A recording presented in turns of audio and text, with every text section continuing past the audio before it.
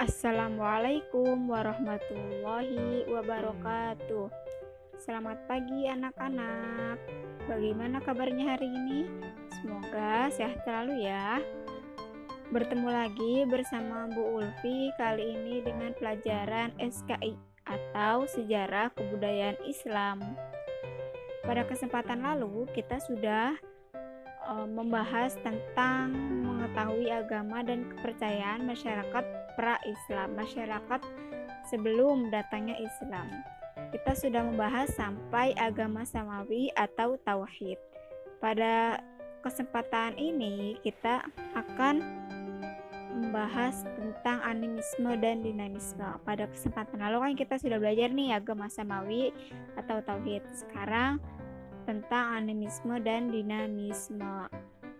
Tapi sebelum belajar, sebaiknya kita membaca doa terlebih dahulu ya, supaya kita diberi kemudahan dalam menuntut ilmu. Amin. Yuk kita baca doa bersama-sama.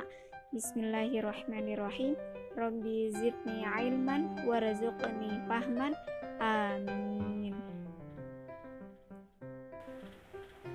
Nah, anak-anak, agama tauhid, kalian masih ingat gak apa itu agama tauhid atau agama samawi? Ya, jadi agama samawi itu adalah agama yang diwahyukan Tuhan kepada para rasulnya.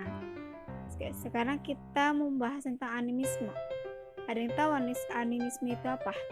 Jadi animisme itu adalah suatu kepercayaan terhadap kekuatan ruh yang mendiami benda seperti pohon, batu, sungai, dan macam yang lainnya. Itu animisme.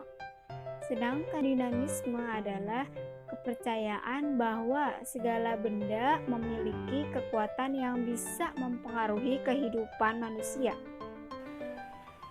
Bendanya bisa berhala yang mereka sembah dan juga benda-benda yang dikeramatkan. Kepercayaan animisme dan dinamisme ini sudah menjadi agama, namanya agama Majusi. Jadi agama Majusi itu adalah agama yang menganut kepercayaan animisme dan dinamisme. Agama Majusi namanya, atau nama lain dari agama Majusi adalah Zoroaster. Kitab suci dari agama Majusi tersendiri yaitu adalah namanya Avesta. Avesta yang berarti pengetahuan. Nah, di dalam kitab itu dilengkapi dengan kitab Zen Avesta yang berarti penafsiran terhadap kitab Avesta. Tuhan dari agama Majusi adalah Ahura Mazda, yang Ahura Mazda ini dilambangkan sebagai api, yang artinya api itu yang bisa memberikan cahaya dan menerangi. Yang kedua yaitu penyembahan berhala. Nah, penyembahan berhala ini ada beberapa cara yang mereka lakukan. Yang pertama, para penyembah berhala berjalan mengelilingi berhala. Nah, jadi patungnya tuh di tengah-tengah. Nah, mereka tuh berkeliling sambil berdoa untuk meminta pertolongan. Yang kedua, para penyembah berhala mempersembahkan hewan kurban di hadapan berhala. Kemudian mereka mengajukan permintaan sambil menyebut-nyebut nama berhala tersebut. Yang ketiga, ada yang mereka lakukan dengan cara mereka memberikan sesaji di hadapan berhala. Yang terakhir, para penyembah berhala memberikan sesaji di tempat-tempat yang mereka anggap keramat. Kalau tadi kan nomor 3, mereka mempersembahkan sesaji di hadapan berhala, tapi yang keempat ini mereka mempersembahkan memberikan sesaji di tempat-tempat yang dianggap keramat. Pada masa itu, pada masa Islam datang, pra-Islam datang di Arab, banyak mereka yang terjerumus pada penyembahan berhala. Bahkan di sekitar Ka'bah itu terdapat 360 berhala.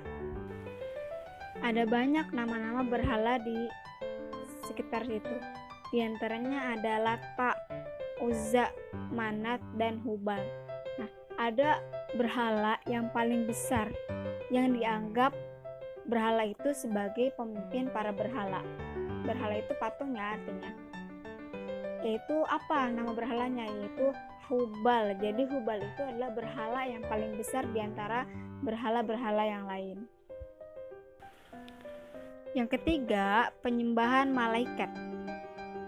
Ada orang bangsa Arab yang memuja malaikat, yang menyembah malaikat.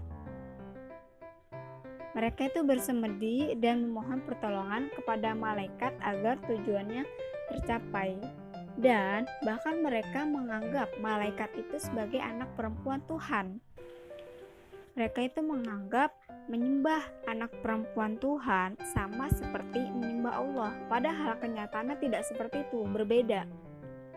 Jadi kita ini hanya bisa menyembah Allahnya saja. Kita langsung menyembah Allah, kita minta pertolongan kepada Allah, hanya kepada Allah kita dapat meminta pertolongan gitu ya. Nomor 4 yaitu penyembahan benda-benda langit. Jadi ada sebagian bangsa Arab, mereka menyembah benda-benda langit seperti apa yang di langit? Bulan, bintang, dan matahari. Mereka meyakini bahwa benda-benda langit tersebut dapat memberi bukti sebagai penampakan wujud Tuhan. Pada siang hari mereka menyembah matahari, pada malam hari mereka menyembah bulan. Nah, jadi demikianlah kepercayaan bangsa Arab pada waktu itu, pada masa pra-Islam, pada masa sebelum datangnya Islam. Mereka banyak yang terjerumus pada penyembahan berhala dan kepercayaan yang tidak masuk akal. Tuh.